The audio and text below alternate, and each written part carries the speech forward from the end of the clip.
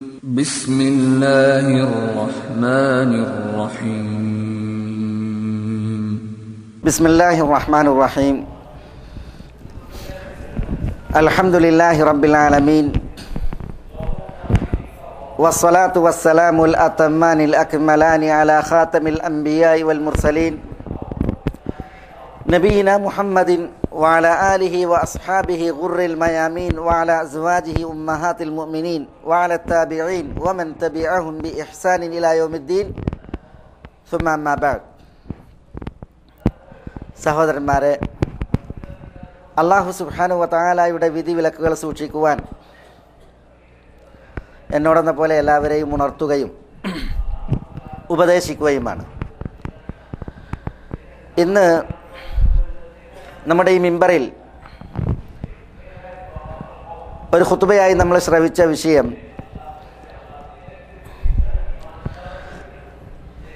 നമ്മൾ അന്യോന്യം നിർവഹിക്കേണ്ടതും ഒരു മുസ്ലിം മറ്റൊരു മുസ്ലിമിന് അവനുള്ള ഒരു ഹക്കായി അവകാശമായി നൽകേണ്ടതും ഈ ദുനിയാവിൽ നമ്മളാൽ പ്രചരിപ്പിക്കേണ്ടതുമായ ഇസ്ലാമിൻ്റെ അഭിവാദ്യം അഥവാ സലാം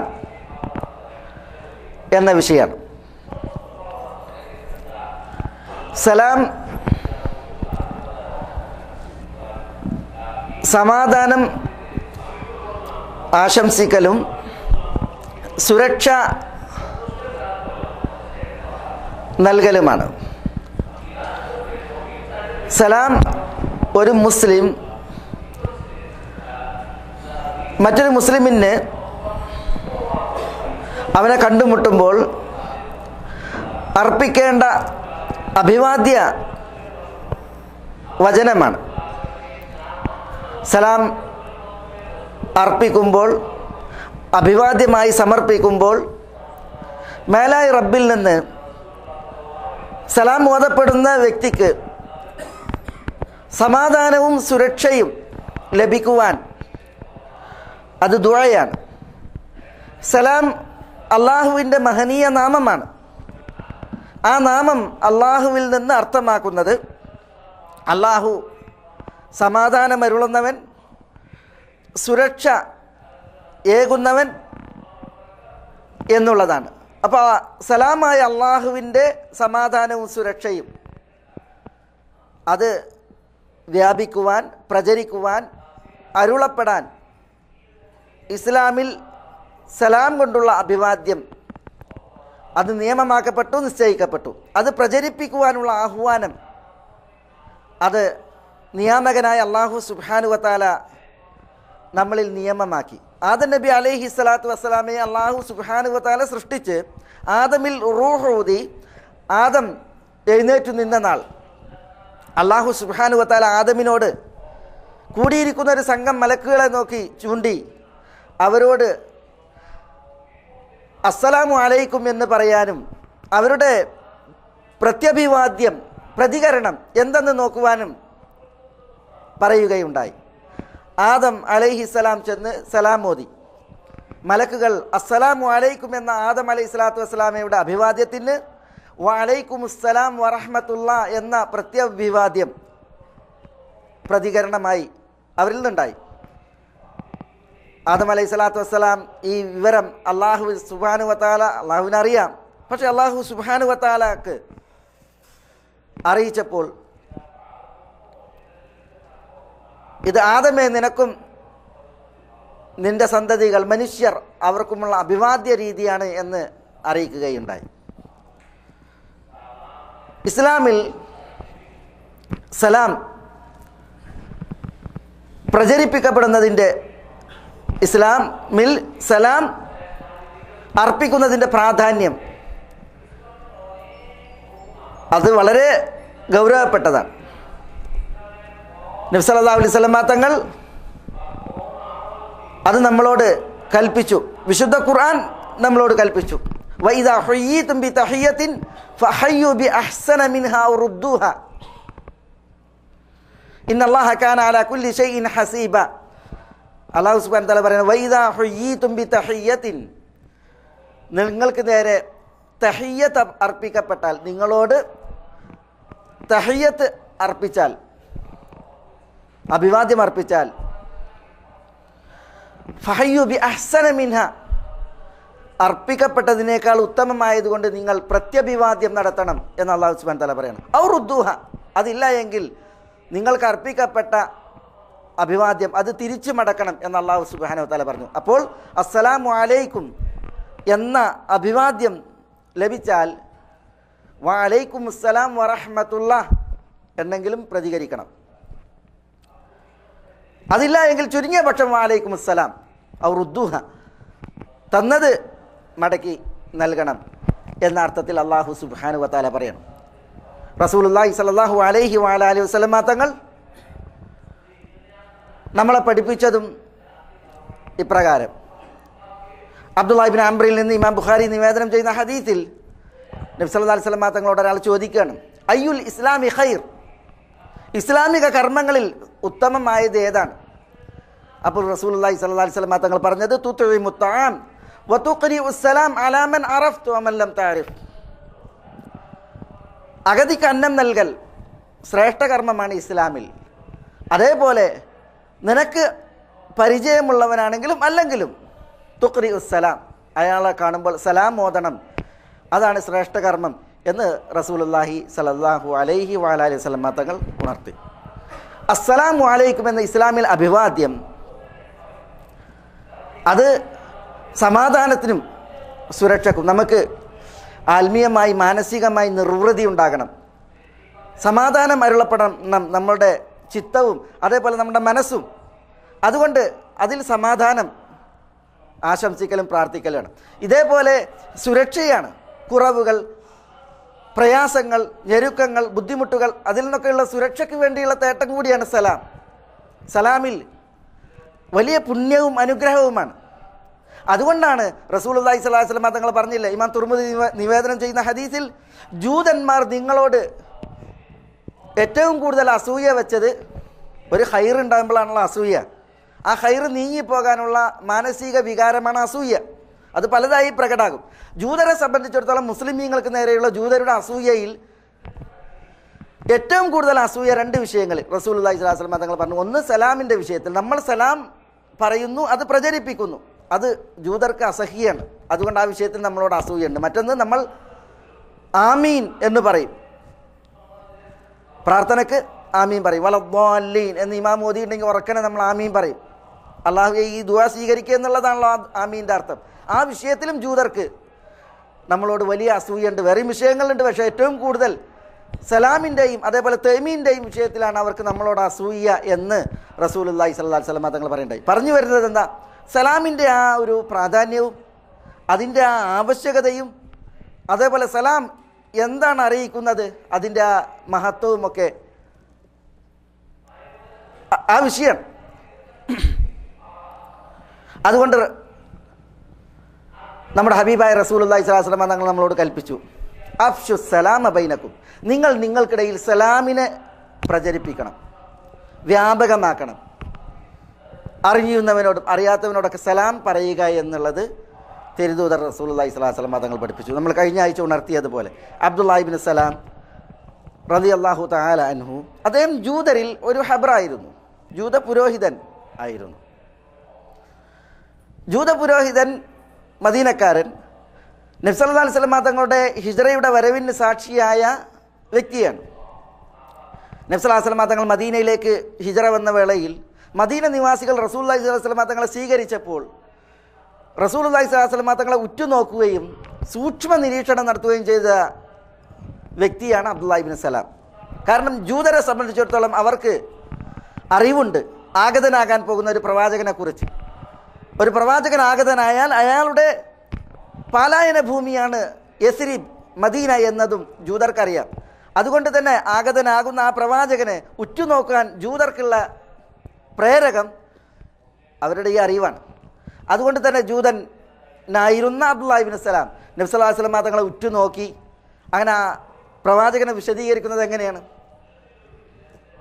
നബി സല്ലല്ലാഹു അലൈഹി വസല്ലം തങ്ങളുടെ തിരുമുഖം നോക്കിക്കണ്ട ഞാൻ ആദ്യമായി വിധിച്ചു, ഇതൊരിക്കലും ഒരു വ്യാജവാദിയുടെ കെദ്ദാബിൻ്റെ കള്ളവ് പറയുന്ന ആളുടെ മുഖമല്ല റസൂലുള്ളാഹി സ്വല്ലല്ലാഹു അലൈഹി വസല്ലം തങ്ങളെക്കുറിച്ച് അയാളുടെ വിലയിരുത്തൽ.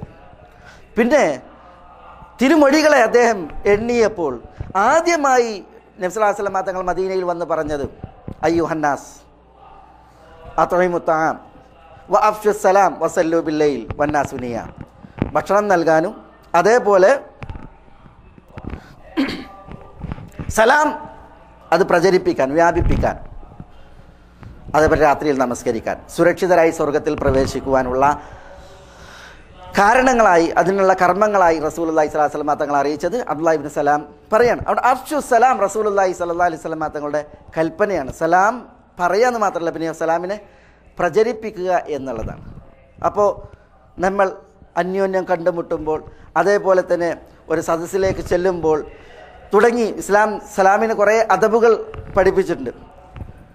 ആ അദബുകൾ പാലിച്ചുകൊണ്ടുള്ളതായ സലാമിൻ്റെ നിർവഹണം, അതിൻ്റെ ആവശ്യകതയും അനിവാര്യതയും എത്ര മഹത്വമാണ്, എത്ര പുണ്യമാണ് സലാമിലൂടെ ലഭിക്കപ്പെടുന്നത്. പിന്നെ സലാം അല്ലാഹു സുബ്ഹാനഹു വ തആലയിൽ നിന്നുള്ള അഭിവാദ്യം എന്താ?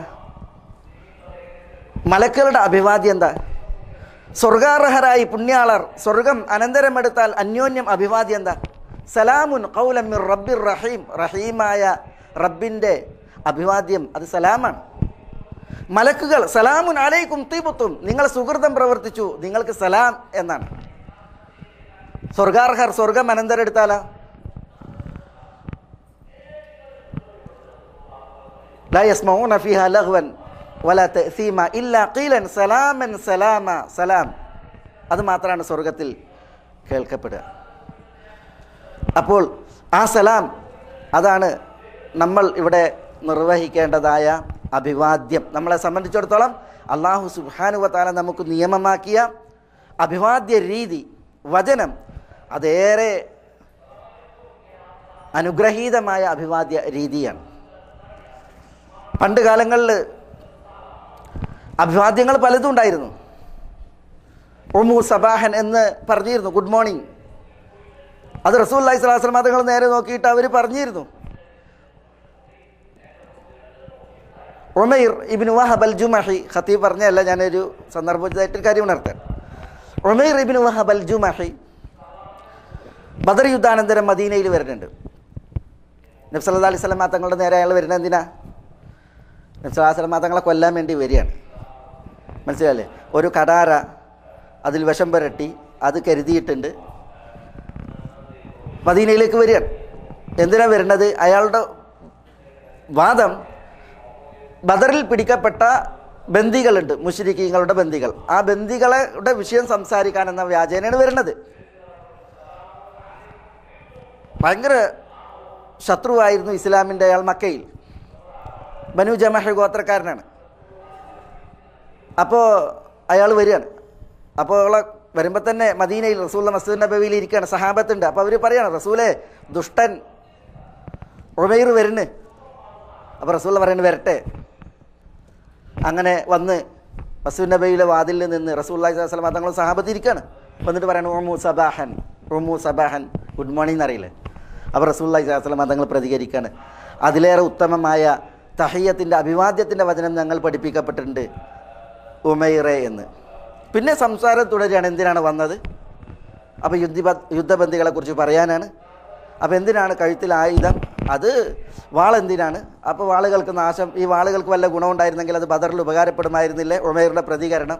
അപ്പോൾ റസൂലുള്ളാഹി സ്വല്ലല്ലാഹു അലൈഹി വസല്ലം തങ്ങൾ പറഞ്ഞു, ഉമൈറെ, നിങ്ങളും സഫ്വാൻ ഇബ്നു ഉമയ്യയും ഹിജറിൽ കഅബയുടെ പരിസരത്തിരുന്ന് നിങ്ങൾ കടബാധ്യതയും കുട്ടികളുടെ ചെലവും ഇല്ലായിരുന്നുവെങ്കിൽ മുഹമ്മദിനെ വധിക്കുമായിരുന്നു എന്ന് പറഞ്ഞപ്പോൾ സഫ്വാൻ ഇബ്നു ഉമയ്യ നിങ്ങൾക്ക് വേണ്ടിയിട്ട് നിങ്ങളുടെ കുട്ടികളുടെ ഉത്തരവാദിത്വവും കടബാധ്യതയൊക്കെ ഏറ്റെടുത്തതിന് ശേഷം നിങ്ങൾ എന്നെ വധിക്കാൻ മദീനയിലേക്ക് പുറപ്പെട്ടതല്ലേ എന്ന് ചോദിച്ചപ്പോൾ ഉമൈർ അദ്ദേഹം ഇസ്ലാം സ്വീകരിച്ചു അവിടെ വെച്ച്. ഏതായാലും അവിടെ വിഷയം റസൂലുള്ളാഹി സ്വല്ലല്ലാഹു അലൈഹി വസല്ലം തങ്ങൾക്ക് നൽകപ്പെട്ടതായ അഭിവാദ്യം അത് ഏറെ അനുഗ്രഹീതമായ അഭിവാദ്യ വചനാണ്. നമ്മൾ മുസ്ലിമീങ്ങൾക്ക് നൽകപ്പെട്ടതായ അഭിവാദ്യ വചനം അതേറെ മഹനീയമായ അഭിവാദ്യ വചനാണ്. പക്ഷെ അത് നമ്മൾ കൈമോശം വരുത്തി അതിൽ നമ്മൾ പിശുക്കന്മാരായി ഒരിക്കലും മാറാൻ പാടുള്ളതല്ല. കാരണം എന്താ?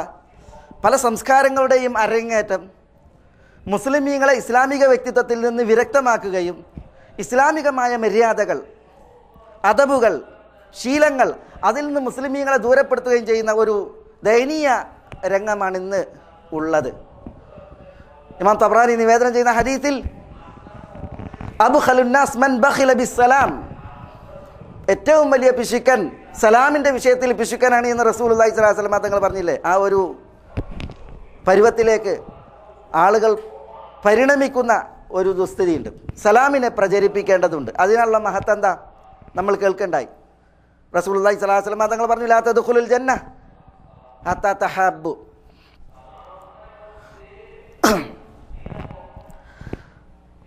ഹത്താ തുഅ്മിനു വലാ തുഅ്മിനു ഹത്താ തഹബ്ബു അവലാ അദുല്ലുക്കും അലാ ഷൈഇൻ ഇദാ ഫഅൽതുമു തഹബ്ബതും അഫ്ശു സലാമ ബൈനക്കും. നിങ്ങൾ വിശ്വസിക്കുന്നത് വരെ നിങ്ങൾ സ്വർഗത്തിൽ പോകൂല, നിങ്ങൾ അന്യോന്യം സ്നേഹിക്കുന്നത് വരെ നിങ്ങൾ വിശ്വാസികളാവൂല. നിങ്ങൾ അന്യോന്യം സ്നേഹിക്കുവാൻ കരണീയമായ ഒരു കാര്യം ഞാൻ നിങ്ങൾക്ക് അറിയിച്ചു തരട്ടെ. അഫ്ശു സലാമ ബൈനക്കും, അന്യോന്യം നിങ്ങൾക്കിടയിൽ സലാമിനെ പ്രചരിപ്പിക്കൂ എന്ന് റസൂലുള്ളാഹി സ്വല്ലല്ലാഹു അലൈഹി വസല്ലം തങ്ങൾ പറഞ്ഞു. അതാണ് സലാമിൻ്റെ ഏറ്റവും വലിയ മഹത്വവും ഏറ്റവും വലിയ പുണ്യവും. സ്വർഗാർഹമായ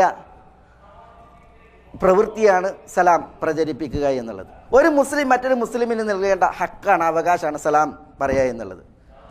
ഹക്കുൽ മുസ്ലിം അലൽ മുസ്ലിം, ഒരു മുസ്ലിം മറ്റൊരു മുസ്ലിമിൻ്റെ മേൽ ബാധ്യതയായ അവകാശങ്ങളിൽ നബി സല്ലല്ലാഹു അലൈഹി വസല്ലം തങ്ങൾ എണ്ണി, ഇദാ ലഖീത ഫസല്ലിം അലൈഹി, മുസ്ലിമിനെ കണ്ടാൽ നീ സലാം പറയും. അതോടുകൂടി നമ്മൾ അവന് നൽകേണ്ട അവകാശങ്ങളിൽ ഒന്ന് നൽകിയവനായി.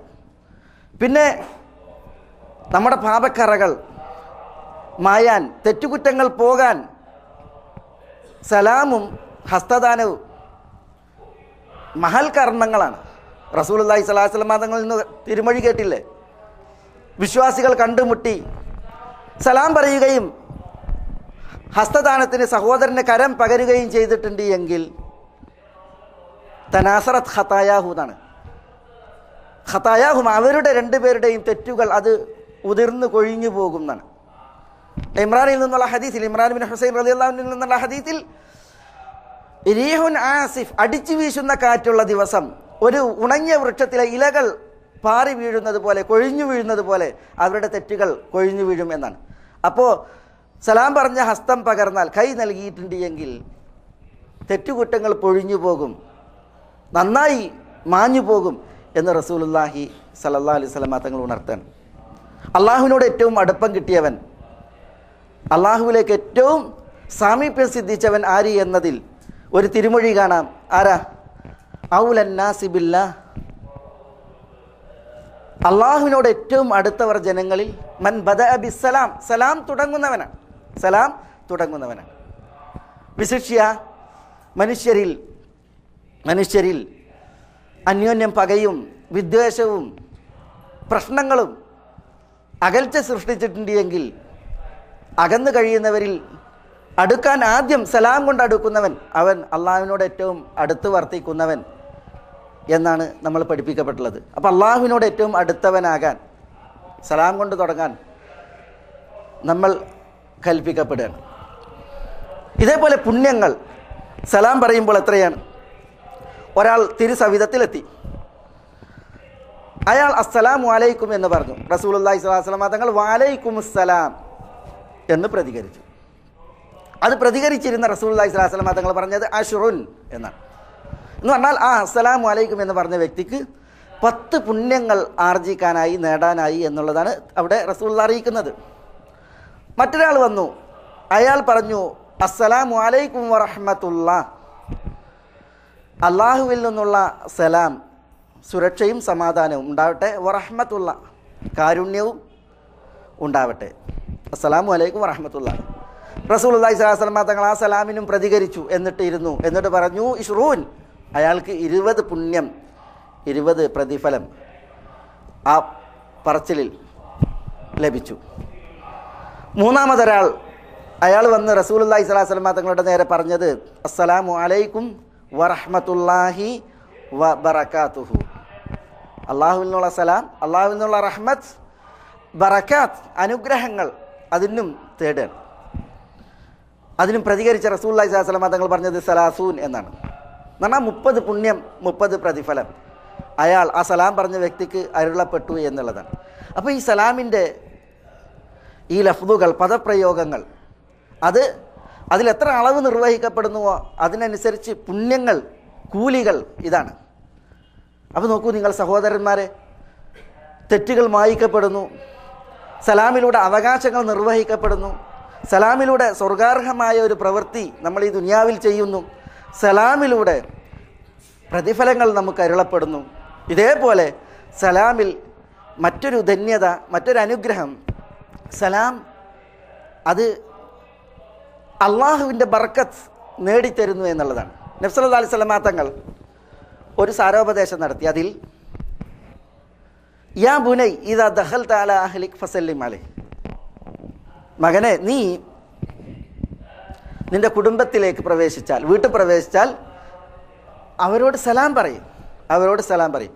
ഫഇന്നഹു ബറകത്തുൻ അലൈക വഅലാ അഹ്ലി ബൈതിക്, കാരണം സലാം ഓതിയിട്ടുണ്ടെങ്കിൽ അത് വീട്ടിൽ ബർക്കത്താണ്, നിനക്ക് ബർക്കത്താണ്, നിൻ്റെ വീട്ടുകാർക്ക് ബർക്കത്താണ്. അതുകൊണ്ട് സലാം ഓതി വീട്ടിൽ പ്രവേശിക്കാൻ പറഞ്ഞു. എന്തിന്? ഓതുന്നവനിൽ അനുഗ്രഹം അരുളപ്പെടാനും ഓതപ്പെടുന്നവർ വീട്ടുകാർ അവരിൽ അനുഗ്രഹം അരുളപ്പെടാനും. അതുകൊണ്ട് തന്നെ വീട്ടിലേക്ക് സലാം ഓതിയിട്ട് കിടക്കാൻ ആഹ്വാനം. ഖതീബ് ഉണർത്തിയതുപോലെ ചിലർ വീട്ടിൽ പ്രവേശിച്ചു എന്നുള്ളതിൻ്റെ അടയാളം എന്ന് മരളലായിരിക്കും. ചിലർ വിഭവങ്ങൾ, സന്തതികൾ അവരെ അന്വേഷിച്ചുകൊണ്ടായിരിക്കും. ചിലർ ഭക്ഷണം തയ്യാറായില്ല എന്നുള്ള ചോദ്യം ഉന്നയിച്ചുകൊണ്ടായിരിക്കും. പക്ഷേ കാരുണ്യത്തിൻ്റെ പ്രവാചകൻ നബിയുന മുഹമ്മദ് സല്ലല്ലാഹു അലൈഹി വഅലാ ആലിഹി വസല്ലം പഠിപ്പിക്കുന്നത് സലാം ഓതിയിട്ട് വീട്ടിൽ പ്രവേശിക്കാനാണ്. അതിനാൽ ഉണ്ടാകുന്ന ധന്യത, അതിനാൽ ഉണ്ടാകുന്ന അനുഗ്രഹം, അള്ളാഹു അരുളപ്പെടുന്നതായ അവൻ്റെ ബർക്കത്ത്, ഔദാര്യങ്ങൾ, അനുഗ്രഹങ്ങൾ അതെല്ലാമാണ്. ഏതായാലും സലാം പ്രചരിപ്പിക്കുവാനുള്ള ദീനിൻ്റെ ആഹ്വാനം, അത് പ്രചരിപ്പിക്കുവാനുള്ളതായ ആഹ്വാനം, അത് ശരിക്ക് ഉൾക്കൊണ്ട് നമ്മൾ മുസ്ലിമീങ്ങൾ അത് പ്രയോഗിക്കുന്നവരാകണം എന്നാണ് ഇവിടെ ഉണർത്തിയത്. സലാമുമായി ബന്ധപ്പെട്ടുള്ളതായ അദബുകൾ മനസ്സിലല്ലേ? ചെറിയവർ വലിയവർക്ക് സലാം തുടങ്ങണം. അതേപോലെ ചെറിയ കൂട്ടമാണ് എങ്കിൽ വലിയ കൂട്ടത്തിന് അവർ സലാം പറയണം. നടന്നു വരുന്നവൻ ഇരിക്കുന്നവർക്ക് സലാം ഓതണം. അതേപോലെ തന്നെ ഒരു സദസ്സിലേക്ക് പ്രവേശിക്കുന്നവൻ സലാം പറയണം. സദസ്സിൽ നിന്ന് എഴുന്നേറ്റ് പോവുകയാണ് എങ്കിൽ പോകുമ്പോഴും സലാം പറയണം. തുടങ്ങിയ അദബുകളൊക്കെ നമ്മൾ കേൾക്കുകയുണ്ടായി.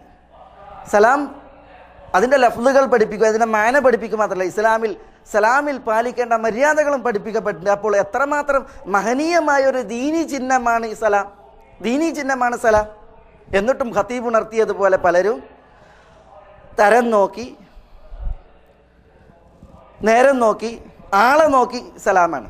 സലാമിൻ്റെ വിഷയത്തിൽ പിശുക്ക്. ചിലർ കാലങ്ങളായിട്ട് ചിലർക്ക് സലാമില്ല, തെറ്റിപ്പിണങ്ങി, മുഖം വീർത്ത്, മനസ്സിടുങ്ങി, ഉമിത്തി കണക്കെ എരിയുന്ന മനസ്സുമായിട്ടാണ് ജീവിതം.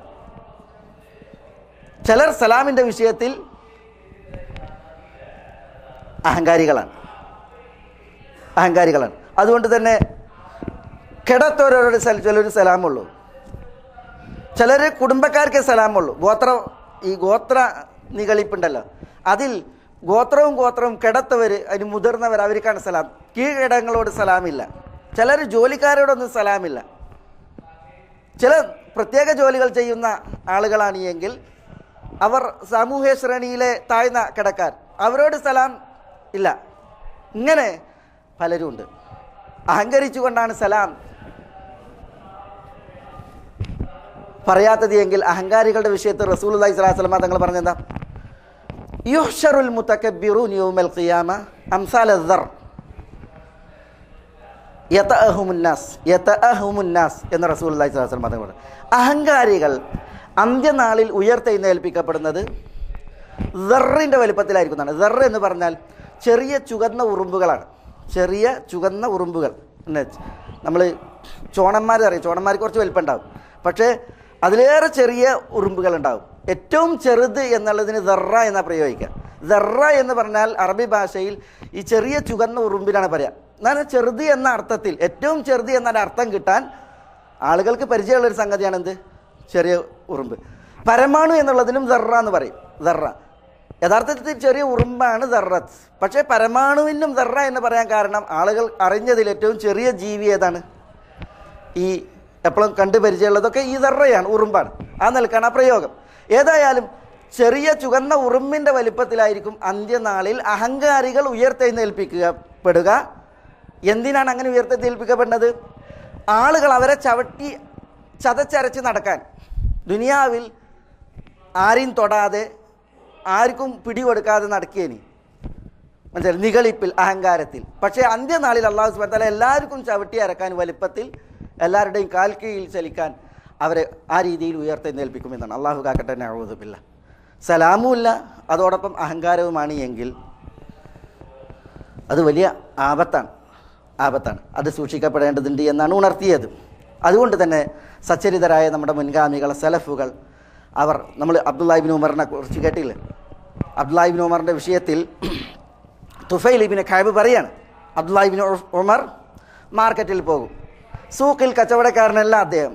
സൂക്കിൽ നിന്നൊന്നും കൊള്ളാനോ കൊടുക്കാനോ അല്ല അബ്ദുല്ലാഹി ഇബ്നു ഉമർ മാർക്കറ്റിൽ പോകുന്നത്. പിന്നെയോ അവിടെ കാണുന്നവർക്ക് സലാം ഓതാൻ, അവരെ കച്ചവടം ചെയ്യുന്നവർ, കൊള്ളക്കൊടുപ്പുകാർ, അവർക്കൊക്കെ സലാം ഓതാൻ വേണ്ടിയിട്ട് ഇബ്നു ഉമർ അങ്ങാടിയിൽ പോകുമായിരുന്നു എന്നുള്ളതാണ്.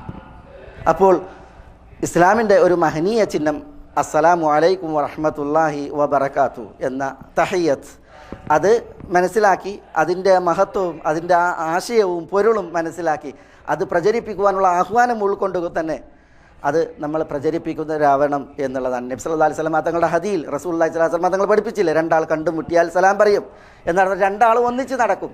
വൃക്ഷങ്ങളോ മതിലുകളോ അവരെ വേർപ്പെടുത്തിയിട്ടുണ്ടെന്നാണ്. ഒരു വൃക്ഷം വന്നു, രണ്ടാൾ അപ്പുറത്ത് കൂടി ഇപ്പുറത്ത് നടക്കേണ്ടി വന്നു. അല്ലെങ്കിൽ ഒരു മതിൽ കണ്ടു, രണ്ടാളും ഒന്നിച്ചു പോവുകയാണ്.